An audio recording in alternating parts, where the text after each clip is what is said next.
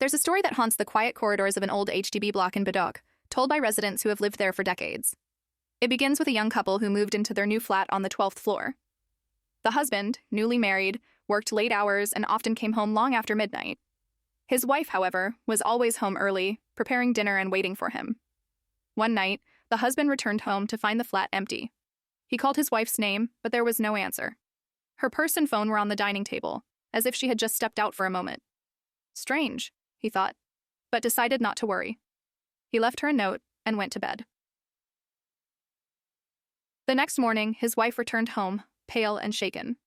She explained that she had been taking a walk late last night when she heard someone calling her name from behind the block. When she turned, she saw a woman, dressed in white, waving to her from the void deck. Her voice was soft, almost hypnotic, drawing the wife closer.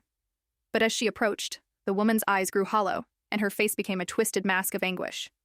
The wife tried to run, but her feet felt rooted to the ground. Suddenly, she heard a loud pop, like a firework, and the woman disappeared. The wife sprinted back to the flat, but no matter how many times she took the lift, she never seemed to reach the 12th floor. The elevator kept stopping at the 11th, where she could hear faint whispers and see shadows moving outside the doors. She finally fled to a friend's house, too terrified to return. Curious and concerned, the husband researched the history of the block and learned that a woman had fallen to her death from the 12th floor years ago, under mysterious circumstances. Some say she was pushed, while others believe she jumped. But what the husband could never forget was the strange sound his wife described, the same pop that residents had heard the night the woman died.